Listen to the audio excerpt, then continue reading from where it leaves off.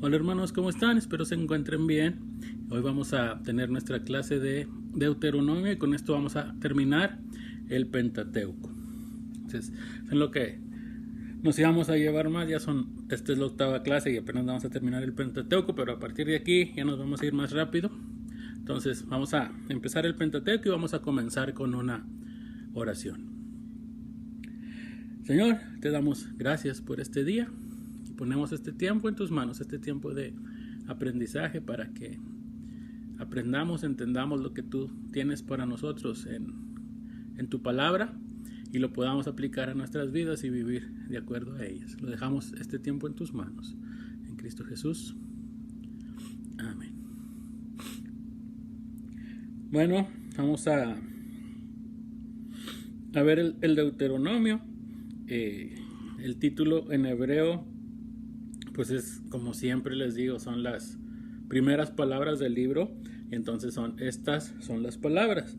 En griego le pusieron Deuteronomio, que significa segunda ley o repetición de la ley, y este libro se escribe en el año 1405-1406 antes de Cristo.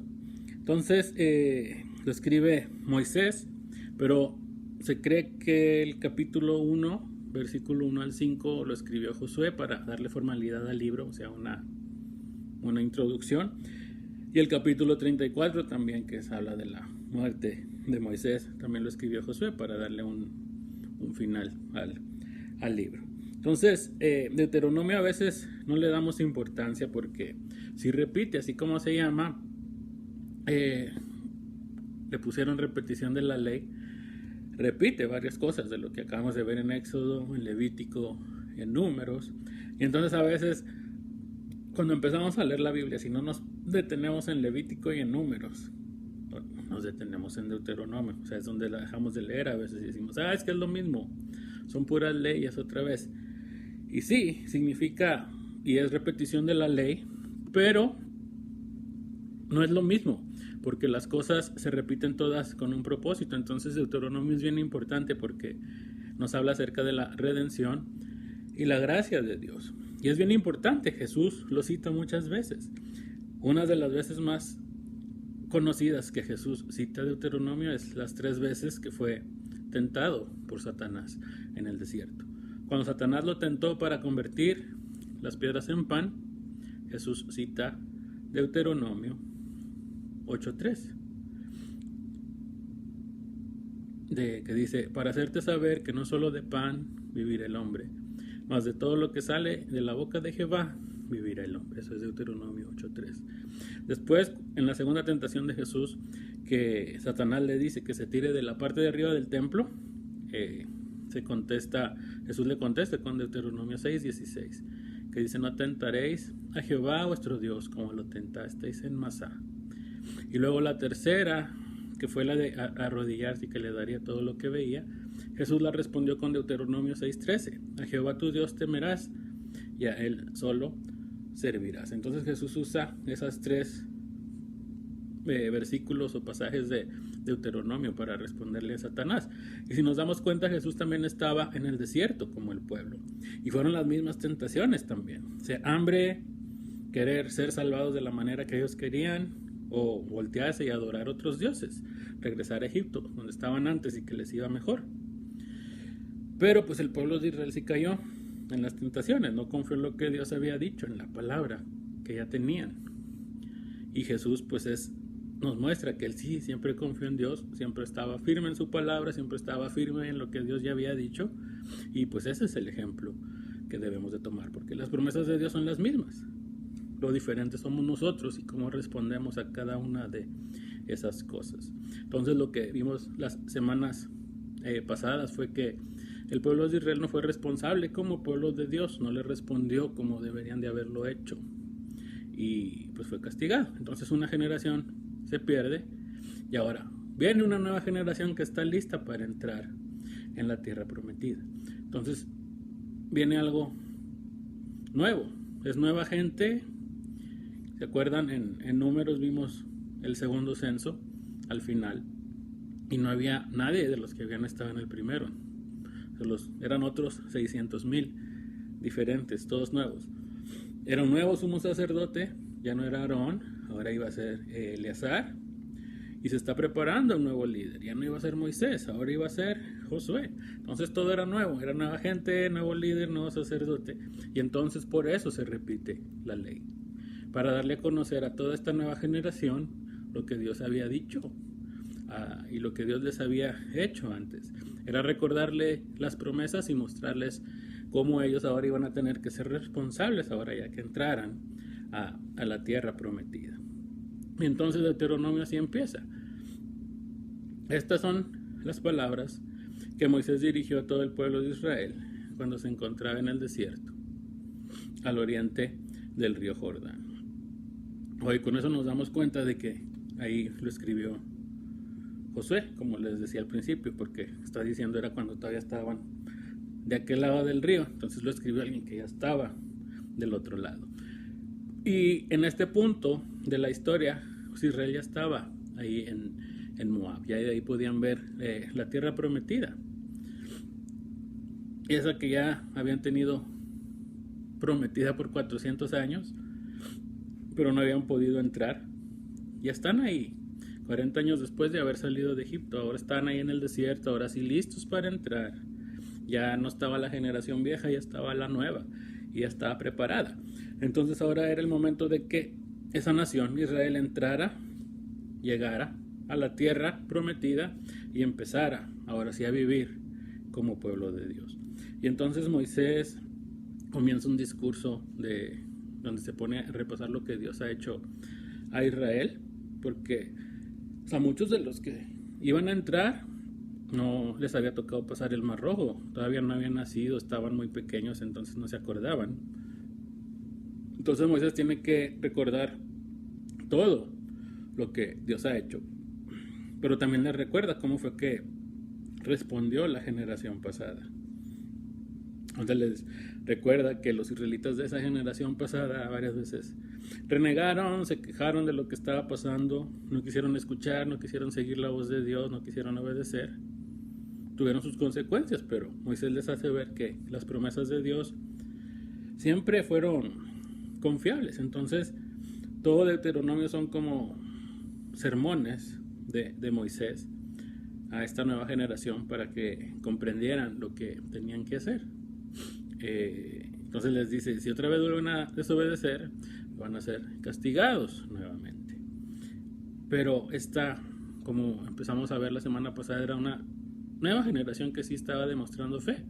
Y entonces Moisés hace estos discursos para empezarlos a preparar. En el versículo 2 dice, por lo general solo lleva 11 días viajar desde el monte Sinaí hasta Cades Barnea, siguiendo la ruta del monte Seir. Sin embargo, 40 años después de que los israelitas salieron de Egipto, el primer día del mes 11, Moisés le habló al pueblo de Israel acerca de todo lo que el Señor le había ordenado que dijera. Entonces estaban en Cades Barnea. Recuerdan, si vieron el mapa, lo que hemos visto, el pueblo salió de Egipto, llegó al monte Sinaí, ahí reciben los 10 mandamientos, toda la ley, todo lo que deberían de hacer. Fue un tiempo de preparación que viene en Éxodo, Levítico, la primera parte de Números. Después en Números 10, que vimos la semana pasada, salen de Sinaí, un año después de haber salido de Egipto. Llegan a Cades Barnea. Y ahí fue donde enviaron a los 2 espías a la tierra prometida y fue donde el pueblo se negó a no ir. Entonces fue donde no confiaron en Dios y por eso es que se quedaron ahí. Entonces ahora están todavía ahí en Cades Barnea.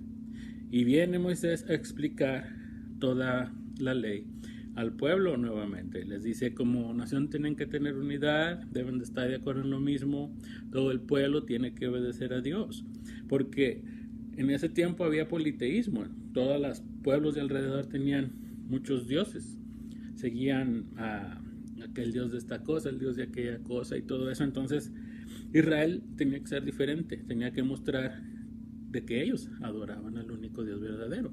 Y por eso Deuteronomio 6:4 viene a ser el centro de lo que el pueblo de Dios debe creer. Dice, oye Israel, Jehová nuestro Dios, Jehová uno es.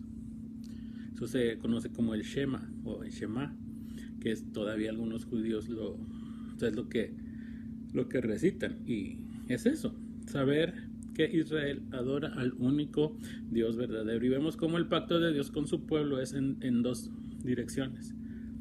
Que Dios va a cumplir su promesa de bendecir a la nación si el pueblo obedece y permanece fiel. Versículo 5 dice: amarás a Jehová tu Dios de todo tu corazón y de toda tu alma y con todas tus fuerzas. Y estas palabras que yo te mando hoy estarán sobre tu corazón, y las repetirás a tus hijos, y hablarás de ellas estando en tu casa y andando por el camino y al acostarte y cuando te levantes. Y las atarás como una señal en tu mano, y estarán como frontales entre tus ojos, y las escribirás en los postes de tu casa y en tus puertas. Luego nos vamos al capítulo 11. Versículo 1: amarás pues a Jehová tu Dios, y guardarás sus ordenanzas, sus estatutos, sus decretos y sus mandamientos todos los días. Capítulo 11, versículo 31 y 32. Están a punto de cruzar el Jordán para ir a poseer la tierra que os da Jehová vuestro Dios, y la tomaréis y habitaréis en ella. Asegúrate pues de cumplir todos los estatutos y decretos que yo presento delante de vosotros. Entonces, de ahí viene la parte central del libro. La estructura nos muestra esas tres cosas, y luego viene es como que la introducción, lo que Dios les va a decir. Después de los capítulos 12 al 16 nos habla de la adoración que Dios quiere que su pueblo le dé, así como le dice: ahí asegúrate de cumplir todos los estatutos y decretos que yo presento delante de ti, pues ahí se los va a dar. Y entonces del capítulo 12 al 16 es la adoración que Dios quiere que su pueblo le dé. Después del capítulo 17 al 26 son leyes que el pueblo debe seguir, porque pues es que si en verdad adoramos a Dios, pues lo vamos a obedecer. Y entonces esa parte repite varias cosas de Éxodo, Levítico, Números. Después del capítulo 27 al 30 habla las bendiciones de Dios. Entonces vemos que es una secuencia lógica. Te enseña la adoración que Dios quiere, cómo Dios quiere ser adorado. Después esa adoración te debe llevar a obedecer a Dios, y al obedecer a Dios pues te vienen las bendiciones.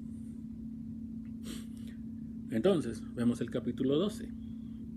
En algunas Biblias, las que tienen ahí titulitos, a veces le pusieron el lugar único de adoración, o en otras dice el lugar de adoración elegido por Dios. Y pues vemos que comienza diciendo: estos son los decretos y las ordenanzas que debes asegurarte de obedecer cuando vivas en la tierra que te da el Señor. Obedécelos todos los días de tu vida. Y fíjense después el versículo 2, que a lo mejor ahorita lo leemos y pues no le hacemos tanto caso, pero dice: cuando expulses a las naciones que viven allí, deberás destruir todos los lugares donde rinden culto a sus dioses, destruir a sus altares y destroza a sus columnas sagradas. ¿Por qué les digo que es importante? Porque vamos a darnos cuenta que ya que entraron a la tierra prometida, pues eso no lo hicieron con todos. Y ahí dice: destruir todos los lugares, los altares, borra por completo el nombre de sus dioses. Dios les está diciendo. Y vamos a ver en Josué y Jueces que no lo hicieron completamente, y va a tener sus consecuencias eso, porque a donde iban a llegar adoraban dioses paganos. Entonces los israelitas deberían de terminar con todo eso, tirar todos los altares, eliminar todas las tentaciones que tuvieran, todo contacto con esos dioses paganos, porque ellos eran el pueblo de Dios y solamente deberían de adorar a Dios. Y entonces a Dios lo vamos a adorar a su manera. Ellos, o sea, los otros pueblos adoraban a sus dioses pues de acuerdo a sus costumbres y todo, pero ahí en Deuteronomio 12:4 Dios les dice: no harán lo mismo con el Señor su Dios, sino que irán y lo buscarán en el lugar donde, de entre todas las tribus de ustedes, Él decida habitar. O sea, no iba a ser como ellos quisieran, ni donde ellos quisieran, sino a Dios lo vamos a adorar a su manera. Y es lo mismo que pasa ahora. Por eso Deuteronomio Y estos libros es bien importante. Dios nos da las reglas y la forma en que lo podemos adorar. Y muchas veces la gente ahora en estos días dice, no, pues yo adoro a Dios de esta forma y esta es mi manera y es como yo quiero. Pero es como Dios quiere que lo hagamos y como Dios lo espera de nosotros. Entonces, el punto central en la vida del pueblo de Dios es la adoración. Y Dios les dice, van a entrar a la tierra prometida. Pero ya que estén ahí, me tienen que adorar de esta manera específica, en el lugar en el que yo decida habitar, que pues en este tiempo se debe entender como que era el tabernáculo, que era el lugar donde estaba la presencia de Dios, que muchas veces creemos que es nada más Jerusalén, y incluso algunos judíos y muchas otras personas piensan que no es nada más Jerusalén, porque fue a donde David se llevó el arca del pacto, tiempo después fue donde Salomón construyó el templo. Pero antes de que el tabernáculo estuviera en Jerusalén, estuvo en otros lugares. Estuvo en Siquem, que lo vamos a ver en Josué. Estuvo en Betel, que lo vamos a ver en Jueces. Y también estuvo en Silo, que lo vamos a ver en Primera de Samuel. Entonces, no nada más Jerusalén. Y muchas veces pensamos de que es nada más ahí. O los judíos pensaban que era nada más ahí. Pero vean lo que dice los versículos 8 al 10. Ahí en Deuteronomio 12. Tu modelo de adoración tendrá que cambiar. Ahora cada uno hace lo que quiere, porque aún no has llegado al lugar de descanso, a la tierra que el Señor tu Dios te da como preciada posesión. O sea, Dios quiere que lleguemos al descanso de estar en su presencia y ahí adorarlo de la forma en que Él nos pide. Entonces eso es para mostrar una unidad con su pueblo, pero también que el pueblo se pusiera, evitar que el pueblo se pusiera a hacer cosas que no es lo que Dios pide dentro de su adoración. Entonces, ahí al final del capítulo 12, versículo 30 dice, no preguntes acerca de sus dioses diciendo, ¿de qué manera rinden culto estas naciones a sus dioses? Yo quiero hacer lo mismo. Tú no adorarás al Señor tu Dios de la manera que las otras naciones rinden culto a sus dioses. Entonces, ¿qué es lo que vemos aquí? Solo podemos adorar a Dios a su manera. Y con el paso del tiempo, los israelitas perdieron esa noción de la adoración. O sea, eso que Dios les mandó, o lo entendieron mal o no lo quisieron entender porque hicieron pues lo contrario, pusieron todo su énfasis en la adoración en el templo, y que nada más en el templo, que en otros lugares no adoraban, o vivían bien mal afuera, pero voy al templo y ahí sí, me porto muy bien porque es donde está la presencia de Dios y es donde lo voy a adorar y afuera haciendo lo que querían. Entonces perdieron ese énfasis. Por eso cuando Jesús habla con la mujer samaritana en el pozo, que viene la historia en Juan 4, ella le dice, ustedes dicen, que ella era samaritana, o sea, le está diciendo a los judíos, ustedes dicen que debemos adorar en Jerusalén, porque pues era lo que decían los judíos, aunque la ley no decía, pero nosotros lo hacemos en este monte. O sea, ella tenía todavía la noción de que la adoración debería de ser en un lugar. Y el pueblo, lo que pasó es que el pueblo de Israel dejó de adorar a Dios por lo que era. Y se limitaron a hacerlo en un lugar y en un tiempo específico. Cuando vayamos al templo, lo hacemos. Y es lo que le pasa a mucha gente ahora. Voy a adorar a Dios ahí las 2 horas que vamos al culto, o peor. Alguna gente piensa que nada más adora a Dios mientras están las canciones lentas en la iglesia. Es el tiempo de adoración, unos 15, 20 minutos y ya. Pero no, adorar a Dios es donde sea, pero como Él quiere que lo hagamos. Y entonces, a lo largo del capítulo 12 de Deuteronomio vemos cómo Dios continúa diciendo qué es lo que deben de adorar, o cómo es que lo deben de adorar y por qué. Y entonces dice, si das gracias por algo, ve a la presencia de Dios. Si te ha bendecido, ve a su presencia a decirlo. Entonces, para todo había que ir a la presencia de Dios. Y esa es la forma en que Dios quiere que lo adoremos. Dios da la instrucción de que Él debería ser adorado en el lugar que Él escoja, implicando que Él siempre va a estar allí. Entonces, para adorar a Dios, lo que tenemos que hacer es estar ante su presencia y postrarnos ante Él en todo momento. Entonces continuamos el capítulo 13 al 15. Vemos que la adoración va más allá y trasciende hacia las demás personas, porque vemos que los israelitas adoran a Dios también al ser sensibles a las necesidades de los demás y al perdonarle las deudas. Después los israelitas adoran a Dios al liberar a los esclavos. Los israelitas adoran a Dios al separar cada animal primogénito para Dios, o sea, al darle lo mejor a Él. Y todo eso nos lleva después a una adoración colectiva, que es lo que vemos en Deuteronomio 16. Entonces el pueblo de Israel, unido como comunidad, se junta para celebrar la bondad de Dios en 3 fiestas que vienen ahí. Entonces reunirnos como pueblo de Dios también es importante, eso es parte de la obediencia también. Y con eso pasamos a las bendiciones. Los capítulos de en medio, o sea, del 17 al 25, son repetición de la ley. Entonces vamos a irnos hasta el capítulo 26. Lo que vamos a ver de aquí al capítulo 30 es que Israel pues es el pueblo de Dios, le pertenece a Él. Por lo que si Israel le responde con el corazón a Dios, Él los pondrá por encima de las demás naciones. ¿Por qué va a hacer eso? Pues porque Dios ya lo prometió. Entonces vemos ahí, Moisés le presenta al pueblo las promesas de Dios. Entonces el pueblo va a tener que tomar una decisión. O sea, otra vez están ahí cerca de la tierra prometida y ya van a entrar otra vez. Y ahora sí se tienen que comprometer a vivir. Imagínense que otra vez dijeran, no queremos. Otra vez para atrás 40 años y hubieran ido. Pero entonces se tienen que comprometer ahí a vivir como el pueblo de Dios, ya que entren. Y entonces para eso tienen que construir un altar en Ebal con las palabras de Dios, con todas las promesas. Y entonces, si Israel obedecía, iba a ser bendecida.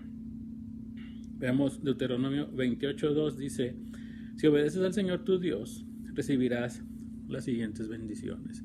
Y viene ahí una lista de bendiciones. Pero luego el 28:15, ¿qué dice?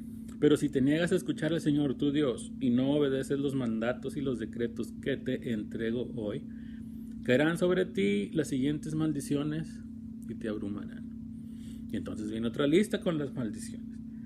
Entonces el pueblo, ya que estuviera en la tierra prometida, iba a tener que decidir si obedecer a Dios o no, si lo adoraba solo a Él o no.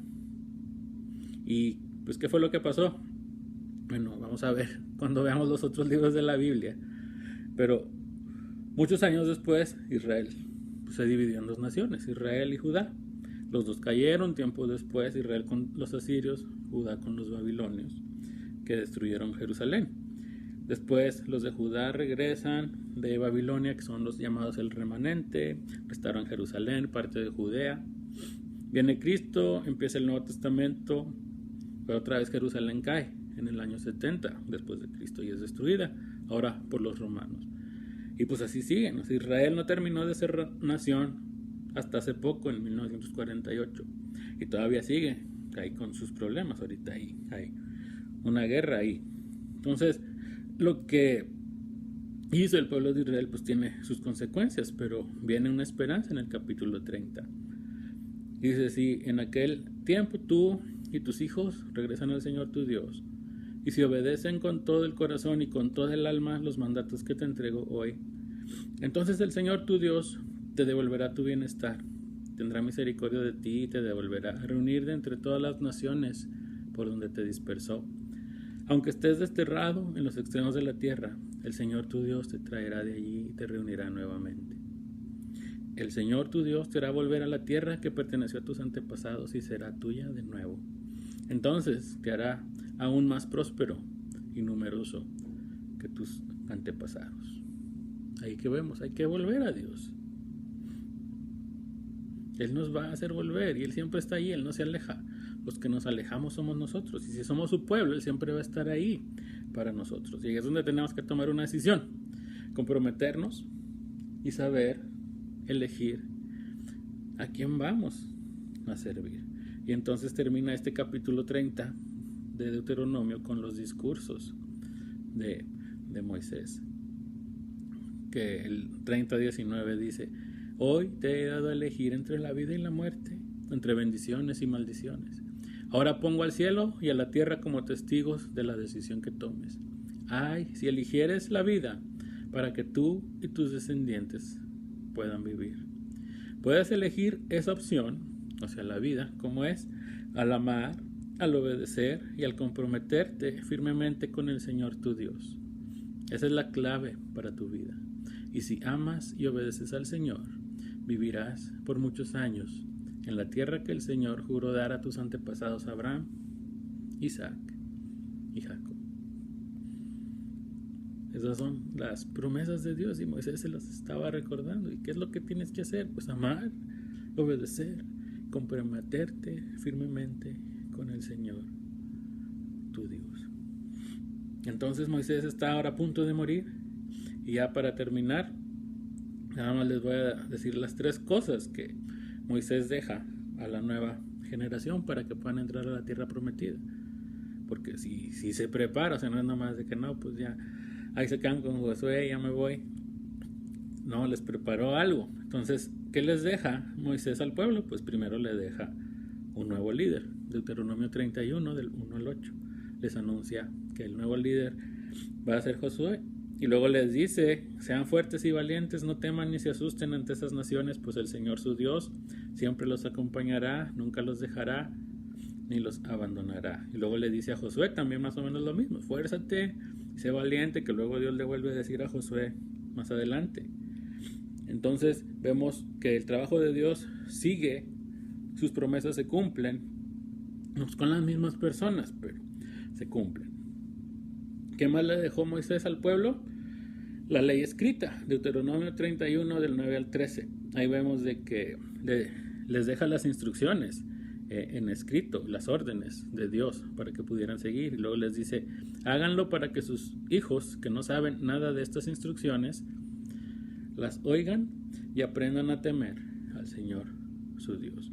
Entonces eso era lo más importante que tenían que hacer cuando entraran a la tierra prometida: temer a Dios y enseñárselo a sus hijos, porque van a tener tentaciones, pero el pueblo de Dios pues debería estar firme en lo que creía y adorar solamente a Dios. ¿Qué les deja también? La tercera cosa, un cántico nuevo. Es para que las personas recordaran lo que Dios les había dado y lo que les pedía. Casi todo el capítulo 32 es el canto, es un canto de Moisés. Y la cuarta cosa que les deja, pues ahora sí viene la bendición, y es una bendición de Moisés a cada tribu. Y vemos que sí, son puras bendiciones. No les dice a las tribus de que cosas que hicieron mal, o no les recuerda ya no les recuerda de que no, ya la regaste y por eso va a pasar esto. No les recuerda los pecados nuevamente. Nada más les da bendiciones. ¿Por qué? Pues porque ahora están con la mirada puesta en la expiación y en la redención. Entonces ahora sí es que las cosas viejas pasaron, ahora viene todo lo nuevo. Y entonces vienen puras bendiciones a cada tribu. Y al final viene una bendición general a todo el pueblo. El capítulo 33, versículo 29. Eres bienaventurado, Israel, quien como tú, pueblo rescatado por el Señor. Él es tu escudo y tu ayuda. Él es tu espada victoriosa. Así que tus enemigos serán humillados y tú hollarás sobre sus alturas. Entonces debemos entender ahora sí ese privilegio que somos de ser llamados hijos de Dios, y somos bienaventurados. Tenemos esas bendiciones porque el Señor nos ha rescatado. ¿Y qué tenemos que hacer? Pues lo que decía arriba que hiciéramos: amar, obedecer y comprometernos firmemente con Dios. Entonces terminamos el Pentateuco. Entonces tal vez hayan encontrado cosas que nunca habían visto o que la habían entendido de otra forma. Pero lo que quiero que sí nos llevemos es que pues veamos y aprendamos a conocer más a Dios, a darnos cuenta de lo que Él ha hecho, quién es y cuál es su plan.